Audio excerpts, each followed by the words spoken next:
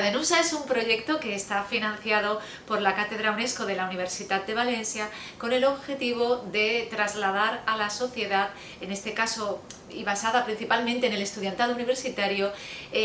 la importancia que tiene la información sobre alimentación para que los estudiantes puedan tomar buenas decisiones sobre qué dietas o alimentos consumen, siempre teniendo en cuenta la cantidad de bulos y noticias falsas que circulan por las redes sociales. Este proyecto viene a apoyar las investigaciones realizadas en un proyecto del Plan Nacional llamado Esmoda Eco, y a través de todos los resultados que se han obtenido en este proyecto hemos conseguido una acción para transferir a la sociedad a través de campañas de redes sociales y a través de píldoras y guías informativas poder trasladar todo el conocimiento adquirido al estudiantado universitario en particular y a la sociedad en general.